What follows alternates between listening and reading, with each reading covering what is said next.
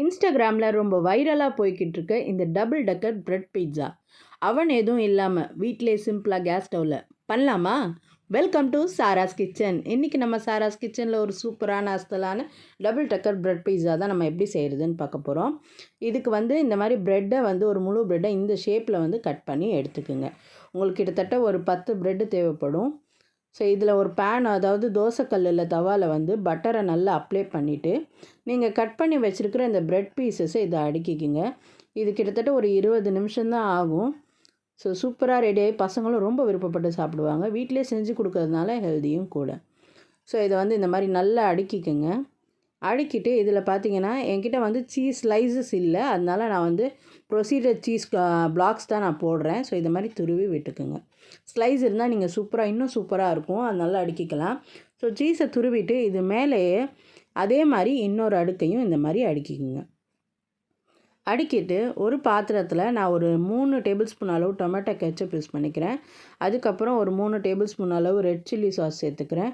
கொஞ்சமாக soya sauce சேர்த்துக்கிறேன். உங்கள்கிட்ட மயனேஸ் இருந்தால் சேர்த்துக்கோங்க, என்கிட்ட இல்லாததுனால நான் சேர்த்துக்கல.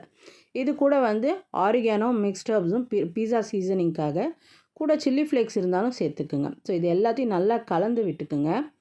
ஸோ கலந்து விட்டுட்டு நம்ம வச்சுருக்கோம் இல்லையா ப்ரெட்டு, அது மேலே கொஞ்சமாக அந்த சீசனிங்கை தூவிட்டு, அதாவது ஆரிகானோ, மிக்ஸ்ட் ஹர்ப்ஸும். ஸோ உங்களுக்கு வேணான்னா இதை நீங்கள் ஸ்கிப் பண்ணிக்கலாம். இது போட்டிங்கன்னா இன்னும் கொஞ்சம் ஃப்ளேவராக இருக்கும். ஸோ அது மேலே நம்ம கலந்து வச்சுருக்கிற இந்த சாஸை சேர்த்துக்கலாம். உங்கள்கிட்ட பீட்சா பாஸ்தா சாஸ் இருந்தால் அது கூடவே நீங்கள் இதையும் சேர்த்துக்கலாம். ஸோ அந்த பீட்சா பாஸ்தா சாஸ் இருந்தால் அதுவே போதுமானதாக இருக்கும். அவ்வளோதான். இது கூட நான் பொடியாக நறுக்கின குடமிளகா, அப்புறமா ஆல்ரெடி வேக வச்சு எடுத்து வச்சுருக்கிற இந்த ஸ்வீட் கார்ன் சோளத்தை நான் சேர்த்துக்கிறேன். பார்க்கவே ரொம்ப கலர்ஃபுல்லாக இருக்கும், பசங்க கண்டிப்பாக விருப்பப்பட்டு சாப்பிடுவாங்க.